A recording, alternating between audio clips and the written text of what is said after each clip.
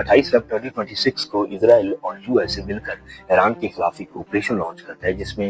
Iran के जो supreme leader है बहुत सारे जो ऑफिशियल हैं उनके मारे जाने की खबरें आई। अब द क्वेश्चन इज कि अली खामनेई कौन है, और ये जो पिछले कई सालों से इनके नाम के साथ जो सुप्रीम लीडर का टाइटल जुड़ा हुआ था, ये एक्चुअली में कैसे काम करता है और कैसे अली खामनेई एक सुप्रीम लीडर बने। अब इससे पहले कि हम सुप्रीम लीडर की हिस्ट्री के बारे में बात करें, कैसे इलेक्ट होता है, क्या तरीकाकार होता है, क्या इसका वर्किंग मॉडल होता है, अब इससे पहले कि हम इन सारी चीज़ों के बारे में बात करें, हमें ये समझना ज़रूरी होगा हमारे लिए कि अली खामनेई एक्चुअली में है कौन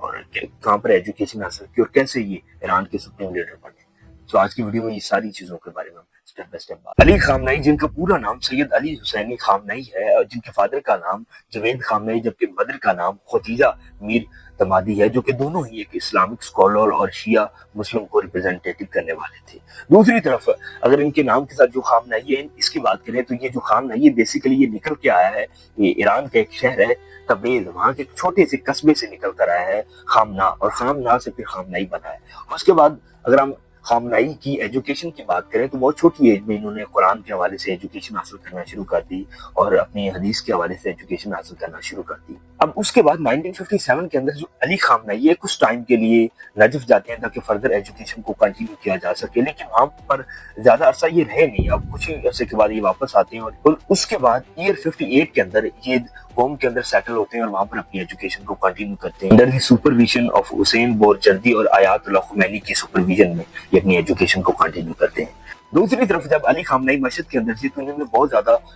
इस्लामिक सोशल ऑर्गेनाइजेशन के साथ अपने आप को अटैच किया और इनके साथ वर्क काम करते थे और इनके आइडियाज से इंस्पायर थे। वहाँ पर जो अली खामनेई है बहुत ज्यादा शख्सियात जिस तरह कार्ल मार्क्स है, टीटू है और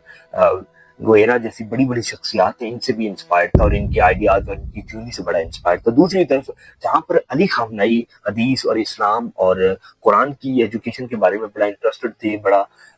इन्हें लगाव था इसकी एजुकेशन के हवाले से, वहाँ पर इनके पास जियोग्राफी, हिस्ट्री और पोइट्री के बारे में बहुत ज्यादा इंटरेस्ट था और बहुत ज्यादा नॉलेज था इन सारी फील्ड के बारे में। 1960s के अंदर अली खामनेई है वो एज अ ऑपोजिशन काम करते हैं, जो रजा पहलवी है जो ईरान जिसके पास शाह ईरान का भी टाइटल है, इनके खिलाफ इनके रेजिम के खिलाफ ऑपोजिशन के तौर पर काम करते हैं। और यही रीजन है कि शाह ईरान के रेजिम के अंदर अली खामनेई को लगभग 6 दफा अरेस्ट किया गया, लगभग 3 साल के लिए इन्हें जलावतन भी किया गया। अब इतना क्लोज एक्टिविस्ट और इतना क्लोज सपोर्टर होने की वजह से ये रूहुल्लाह की जो रेवोल्यूशन तरीक का सबसे क्लोज लिस्ट बन जाता है। अब उसके बाद 1970s के अंदर अली खामनेई ने बहुत ज्यादा तहरीकों के अंदर पार्टिसिपेट किया, बहुत ज्यादा कॉन्फ्रेंस, बहुत ज्यादा रेवोल्यूशन कॉन्फ्रेंस के अंदर पार्टिसिपेट करने लगे, एक्टिवली पार्टिसिपेट करने लगे। और एट द एंड उसके बाद फाइनली 1979 के अंदर इस्लामिक रेवोल्यूशन आता है ईरान के अंदर। अब जब ईरान के अंदर इस्लामिक रेवोल्यूशन आता है उसके बाद Ruhollah Khomeini as a supreme leader Iran बनते हैं। अब सुप्रीम लीडर जो होता है इसके पास